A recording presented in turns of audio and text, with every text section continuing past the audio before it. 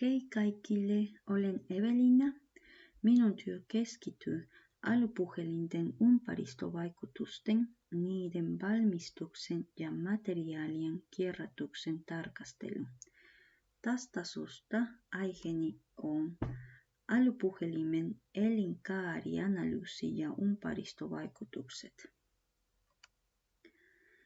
Päätös tutkia älypuhelimia tarkemmin juontaa juurensa siitä, että nämä laitteet ovat nykyään meille välttämättömiä. Käytämme sitä työhön, viestintään, vapaa-aikaan, laskujen maksamiseen ja niin edelleen. Se on laite, joka löytyy jokaisen laukusta tai taskusta.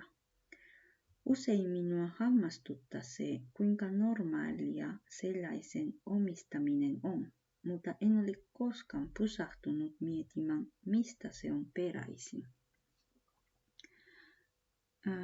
Tietoa etsiessäni löysin monia lähteitä, mutta tarkojen lukujen löytäminen osoittautui vaikeaksi. Tutkimuksin edetessä tajusin, kuinka monimutkaisesta asiasta on kyse. Älypuhelin koostuu yli 60 kemiallisesta alkuaineesta. Sen valmistus aiheuttaa merkittävän hiilijalanjäljen ja ennen kaikkea yksi suurimmista ongelmista on haavoittuvilla alueilla tapahtuvan raaka-aineiden louhinnan aiheuttamat sosiaaliset vaikutukset. Tässä kuvassa näemme älypuhelimen pääasialliset materiaalit, kuten kobaltti, litium, tiina, kulta, alumiini, hoppea, pidioksidi, kuppari, wolframi ja paljon muuta. Tällä dialla näemme niiden pääasiallisten maiden nimet, joista materiaalia louhitaan. Ja nimen alla näemme, mitä nämä materiaalit ovat, kuten Kongon demokraattinen tasavalta, Chile, Australia, Nigeria, Brasilia, Peru, Yhdysvallat, Filippiinit ja muut. Tässä näemme maailmankartan, jossa maat, joissa on korkeimmat louhintamäärät, on korostettu niiden paikallistamisen helpottamiseksi. Tämä dia tivistää logistisen prosessin ja globaalin toimitusketjut. Ensimmäinen raaka-aineiden louhinta. Se tapahtuu Afrikassa, Latinalainen Amerikka, Oseania. Toinen, sulatus ja kemiallinen jalostus. Se tekee Kiinassa ja Itä-Aasiassa. Kolmas, mikrosiirujen ja komponenttien valmistus. Uskon, että melkein kaikki on kuullut uutisissa, että Taiwan on kuuluisa tehdä mikrosiirujen. Ja myös Etelä-Korea, Japani, Yhdysvallat. Neljäs, lopukokoonpano. Se on Kiinassa, Intiassa, Vietnamiassa. Ja viides, globaali jakelu ja myynti. Tämä prosessi on erittäin mielenkiintoinen, sillä siinä voi havaita, kuinka monimutkaista älypuhelimen valmistaminen on. Se saa minut myös pohtimaan älypuhelimen todellista hintaa. Tässä diassa tarkastelemme älypuhelimen elinkaarta ja ympäristövaikutuksia. Keskimäärin käyttäjä vaihtaa puhelinta 2-3 vuoden välein. Pääsyitä ovat litiumakun kemiallinen heikkeneminen, tuen ja ohjelmistopäivitysten päätyminen sekä markkinointi. Älypuhelimen suurin ekologinen jalanjälki syntyi raaka-aineiden hankinnan ja laitevalmistuksen alkuvaiheissa. Ethereum mukaan 89% Applen hiilijalanjäljestä muodostui yhtiön tuotteiden valmistuksesta ja kautosta yhteensä. Elektroniikan valmistuksessa tarvittavien keskeisten materiaalien kysyntä on erittäin suurta, mikä kohdistaa kovaa painetta niiden saatavuuteen. Haasteita aiheuttavat niin materiaalien hankinta kuin louhinta-alueiden ympäristön tilan heikkeneminenkin, sillä toiminta nojaa rajallisiin luonnonvaroihin. Edellä mainitun perusteella tiedämme, että älypuhelinten aiheuttamaa saastumista syntyy valmistusprosessin aikana, mutta mitä laitteelle tapahtuu sen kautoiän päätyessä? Kautosta poistettujen tuotteiden käsittely on toinen merkittävä ekotoksikologinen haaste. Elektroniikkaromuun liittyvistä saastumisriskeistä on varoitettu. Kemiallisten yhdisteiden ja raskasmetallien päästöt maaperän ja pohjavesiesiintymiin ovat ongelma, johon on puututtava. Toinen tärkeä asia on jäljitettävyys ja läpinäkyvyys.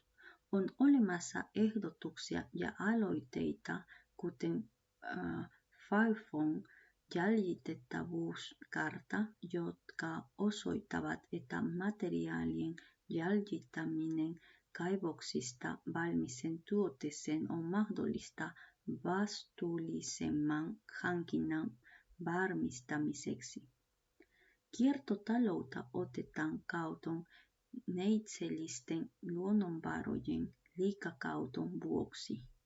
Suuret valmistajat ovat alkaneet sisällyttää uusiin malleihinsa tiettyihin komponentteihin esimerkiksi 100% kierrätettyjä harvinaisia maametalleja.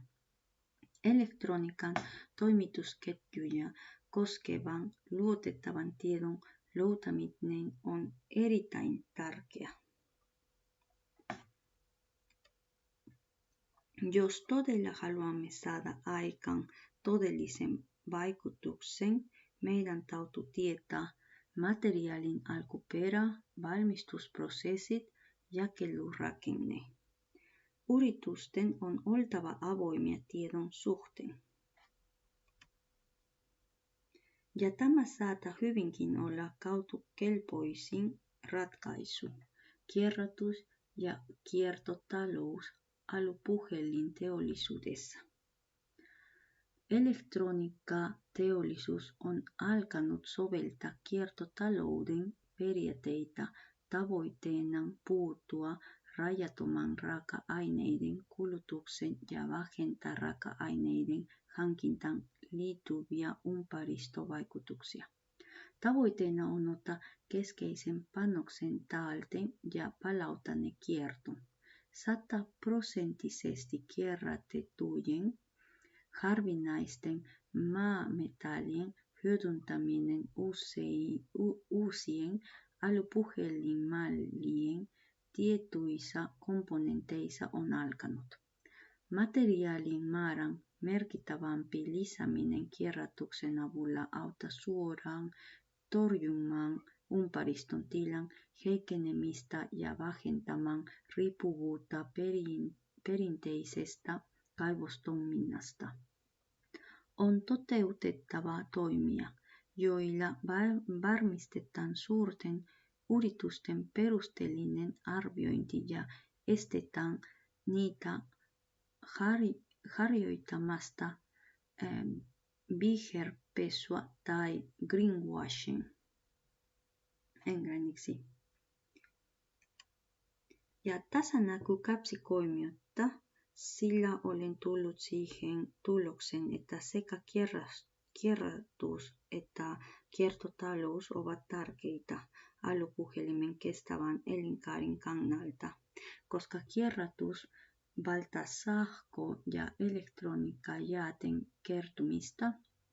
Kierrätys on välttämätöntä ympäristön suojelemiseksi ja resurssien säätämiseksi.